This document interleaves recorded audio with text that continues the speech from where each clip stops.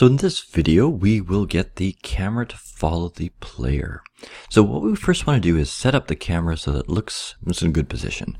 So what I'm going to do here is, now remember this is your camera position, what the camera looks like right now.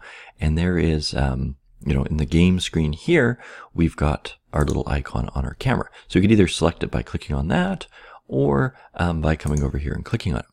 Now the camera, just like the player, is made up as a game object, and it's got a position, and it's got this camera sort of component on it.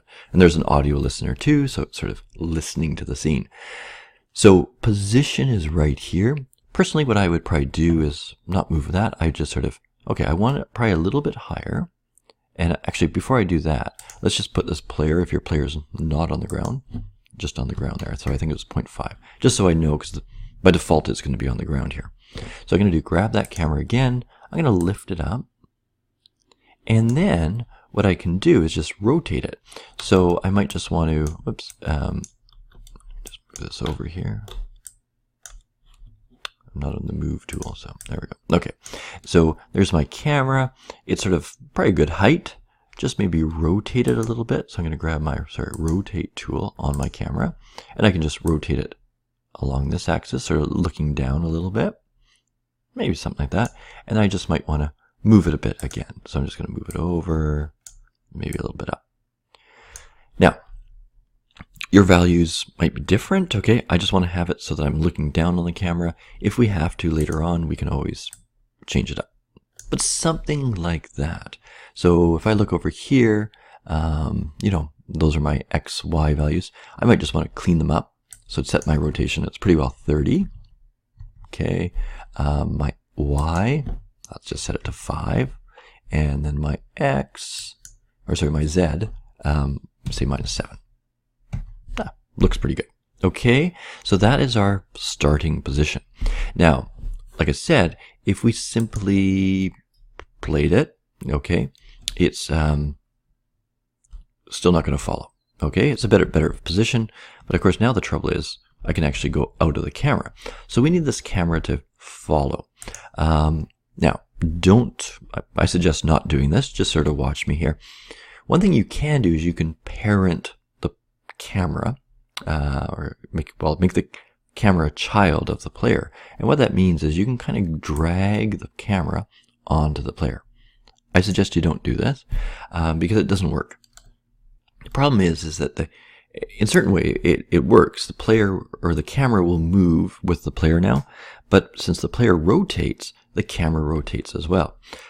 So unless you really like to feel, sort of motion sickness, if I start to move now, right, the camera rotates with the ball, and it obviously doesn't work. Okay, you can see the camera up here just rotating around and then falling into the ground.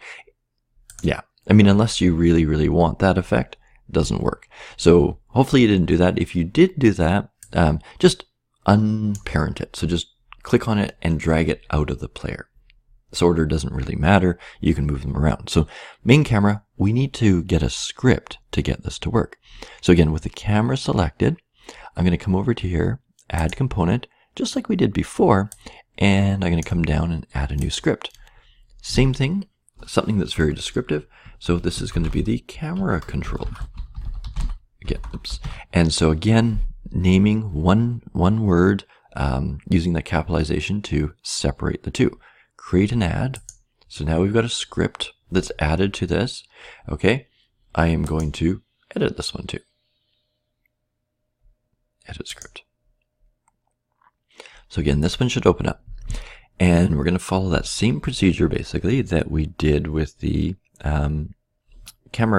the player controller. So here it is. Okay. Same setup. This is the default, but all the scripts will look like.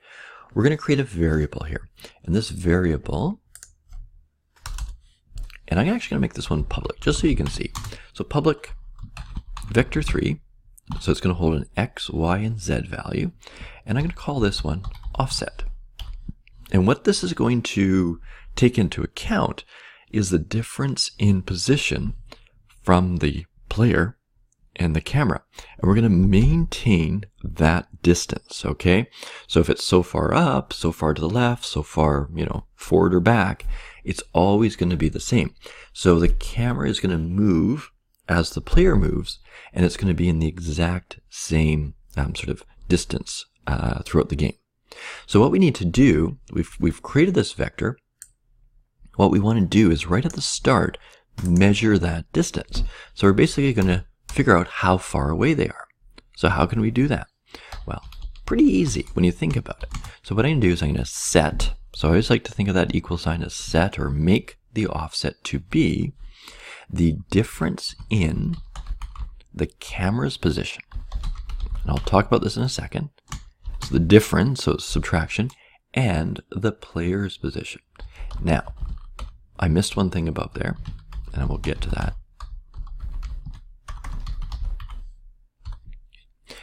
Don't worry that it's red. We'll talk about why it's red there in a second. So what this is going to do, it's going to take the camera's position, subtract the player's position, and the difference in its position will be what we're wanting to have, right? That will be the offset. Okay. Now the reason why this is red is it doesn't know who the player is. So we have to tell Unity who the player is. So I'm going to create another variable called public. This one is going to grab the game object, and the game object, right, is going to be the player. So now notice that stopped being red because I've defined who the player is. Now the script itself doesn't know who the player is yet. We'll get that in a second. I'm going to put a couple little things in here just so that we can see, just one. I'm just going to put a debug log. So right at the start, I'm going to see what that offset is. And this offset is going to be the same because it's only going to do this once. It's only going to measure it once. So it doesn't matter if I do this at the start or in the update, the offset will always be the same. So let's just take a look at this. Save. If hopefully I don't have an error here, I'm going to bring this back up, my console, clear that away, all those measurements from before. Now I should only get one measurement here. Now, here it says, so there's my offset, my X, Y, and Z. And actually, I don't even know I have to have it in the console. My bad, because I made that public. So you can see here, offset, let me just get rid of that in fact. Right here, offset, X, Y, and Z. So at the moment it's 0, and player it says none. Okay, that's going to be important. So if I hit play here, okay, it didn't measure anything. And in fact, there's an error that's popped up, and it says unassigned reference exception. The variable player of camera controller has not been assigned. What it's basically saying is that I don't know who the player is. So even though the player's here, this script does not know who the player is. So we got to tell the script who the player is.